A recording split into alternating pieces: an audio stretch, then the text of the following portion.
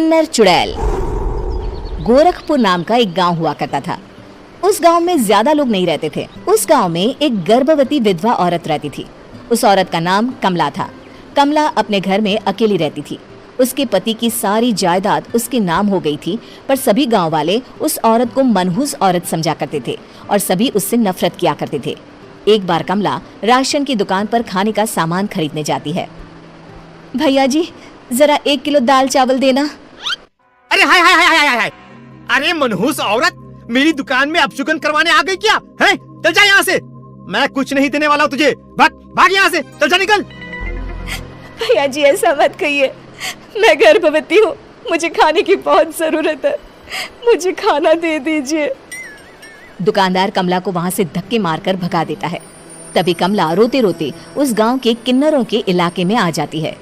गांव वाले किन्नरों को उसी इलाके में रखा करते थे, क्योंकि वो लोग किन्नरों को पसंद नहीं करते थे और उनके इलाके में रहने से मना करते थे। तो किन्नरों ने उसी गांव में अपना एक इलाका बना लिया था। जब किन्नर लोग देखते हैं कि एक गर्भवती महिला रोते रोते उनके इलाके में आ गई है, तो सारे किन्नर कमला के पास जाकर उसका हाल पूछने लगते हैं। क्या हुआ बहन, तुम्हारी गर्भवती अवस्था में इतनी बुरी हालत कैसे? तुम रो क्यों रही हो? तुम डरो मत, हम तुम्हें कोई नुकसान नहीं पहुंचाएंगे। तुम शांत होकर सब बताओ कि हुआ क्या है। मैं कमला हूँ, मैं गांव के दूसरे इलाके से आई हूँ। 2 महीने पहले ही मेरे पति की मौत हुई है। मुझे गांव के लोग मनहूस मानते हैं, क्योंकि मैं विधवा हूँ और गर्भवती भी। वहाँ के लोग मुझे खाने के लिए कुछ बेचने के लिए भी तैयार नहीं, जिससे मेरा गुजारा नहीं हो रहा था। कोई बात नहीं कमला, हम तुम्हारा ख्याल रखेंगे। किन्नर लोग कमला को एक खाली घर में रहने के लिए जगह दे देते हैं और उसकी देखभाल भी करते हैं। कुछ ही महीने बाद कमला अपने बच्चे को जन्म देती है, पर अफसोस, कमला बच्चे को जन्म देते ही अपनी जान गंवा देती है। जब सब किन्नर बच्चे को देखते हैं तो बहुत खुश हो जाते हैं, क्योंकि वो बच्चा भी किन्नर ही था। कमला ने एक किन्नर बच्चे को जन्म दिया था। अब इस बच्चे की देखभाल कौन करेगा? हम तो इस बच्चे को गांव के दूसरे इलाके में भी नहीं भेज सकते। अरे तो क्या हुआ, इस बच्चे की माँ नहीं रही तो हम इसे पालेंगे। अब ये हमारे इलाके में रहेगा, हमारे साथ रहेगा। फिर वो किन्नर उस किन्नर बच्चे को गोद ले लेते हैं, उसका नामकरण कराते हैं। उस किन्नर बच्चे का नाम शक्ति रखा जाता है। देखते ही देखते शक्ति बड़ी होने लगती है। उसके रंग रूप बहुत सुंदर थे। वो बहुत सुंदर किन्नर दिखती है। एक दिन शक्ति एक किन्नर से पूछती है, माँ जी सुनिए ना, ये गांव के दूसरे इलाके में भी तो लोग रहते हैं, तो हम वहाँ क्यों नहीं जाते? हम उनसे अलग क्यों रहते हैं? शक्ति, क्योंकि वो लोग हमारे जैसे नहीं, वो लोग हमें पसंद नहीं करते, इसीलिए हम उनसे अलग रहते हैं। क्यों? वो हमें क्यों पसंद नहीं करते? मुझे एक बार उस इलाके में जाना है, मैं एक बार वहाँ जाकर घूम कर आऊँ। शक्ति, खबरदार, जो तू उस इलाके में कभी भी गई तो अपनी जान नहीं गंवाना चाहती तो उस इलाके में कभी कदम भी नहीं रखेगी, समझी? इतना कहकर वो किन्नर वहां से चली जाती है। शक्ति उस किन्नर की बात सुनकर बहुत रोती है। माँ जी ऐसा कैसे कह सकती है? उन्होंने इतनी सी बात के लिए मुझे इतना डांटा। अब तो मैं उस इलाके में जरूर जाऊंगी। फिर एक दिन शक्ति गांव के दूसरे इलाके में चुपके से जाती है। ये लोग तो हमारे जैसे ही इंसान हैं, तो ये हमसे नफरत क्यों करते हैं? जब शक्ति उस इलाके में पहुंचती है तो गांव के सारे आदमी उसके रूप से मोहित हो जाते हैं। वो लोग ये अंदाजा नहीं लगा पाते कि वो किन्नर है। शक्ति की सुंदरता देखकर सारे गांव वाले उसकी तारीफ करने लगते हैं। तभी गांव का चक्कर लगाने गांव के जमींदार का बेटा हर्ष वहां पहुंचता है। हर्ष भी दिखने में बहुत सुंदर होता है। जब हर्ष ने शक्ति को देखा तो वो भी उससे मोहित हो गया, और जब शक्ति की नजर हर्ष पर पड़ी तो वो हर्ष को देखकर मोहित हो गई। आपको पहले कभी इस गांव में देखा नहीं। इस गांव में आप नए हैं क्या? जी नहीं, वो मैं बस। तभी शक्ति बोलते बोलते रुक जाती है और मन में सोचने लगती है, अगर मैंने इनको बता दिया कि मैं दूसरे इलाके से आई हूँ तो वो समझ जाएंगे कि मैं किन्नर हूँ, इसलिए मुझे इनसे झूठ ही बोलना पड़ेगा। शक्ति हर्ष को कहती है, जी हाँ, मैं इस गांव में नई आई हूँ, यहाँ अकेली रहती हूँ। वैसे आप कौन है?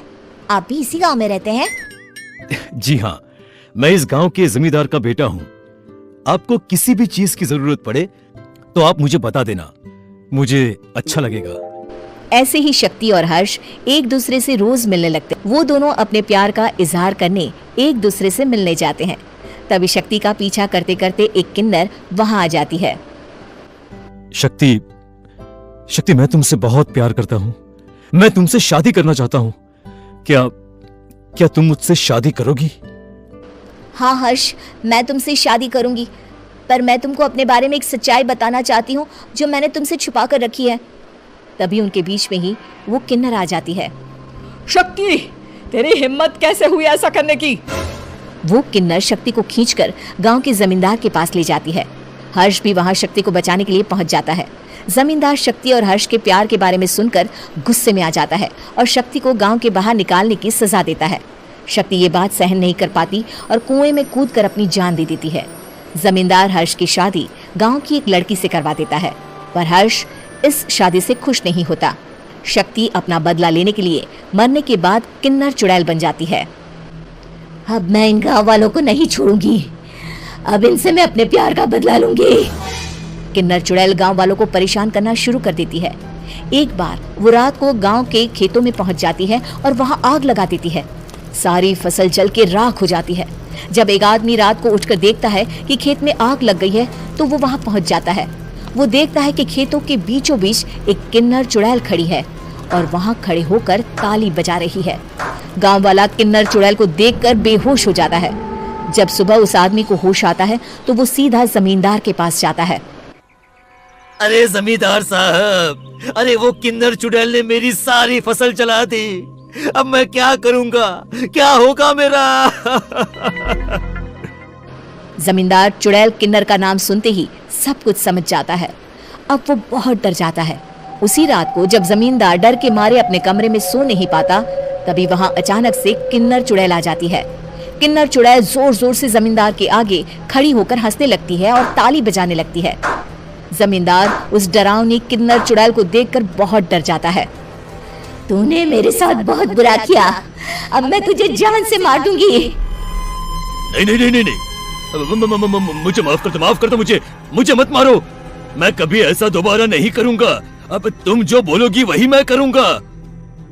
ठीक है, मैं चाहती हूँ कि किन्नर इलाका गांव के इलाके से जुड़े और गांव का कोई भी आदमी किन्नर समाज से द्वेष ना करे, उससे नफरत ना करे, नहीं तो मैं सारे गांव को मार दूंगी। और तुम गांव में एक नया कानून बनाओ कि अगर किसी ने भी किन्नर समाज को हानि पहुंचाने की कोशिश भी करी या इनसे भेदभाव करने की भी कोशिश करी तो उनको कड़ी से कड़ी सजा मिलेगी। हाँ हाँ हाँ हाँ, मैं ऐसा ही करूंगा। तुम जो बोलोगी वो मैं करूंगा, पर मुझे जाने दो प्लीज। तब वो किन्नर चुड़ैल वहां से चली जाती है। गांव का जमींदार किन्नर चुड़ैल का कहा मानते हुए दोनों इलाकों को एक कर देता है और नया कानून भी लागू कर देता है। तब से वहां किन्नर समाज और बाकी गांव वाले शांतिपूर्वक रहने लगते हैं।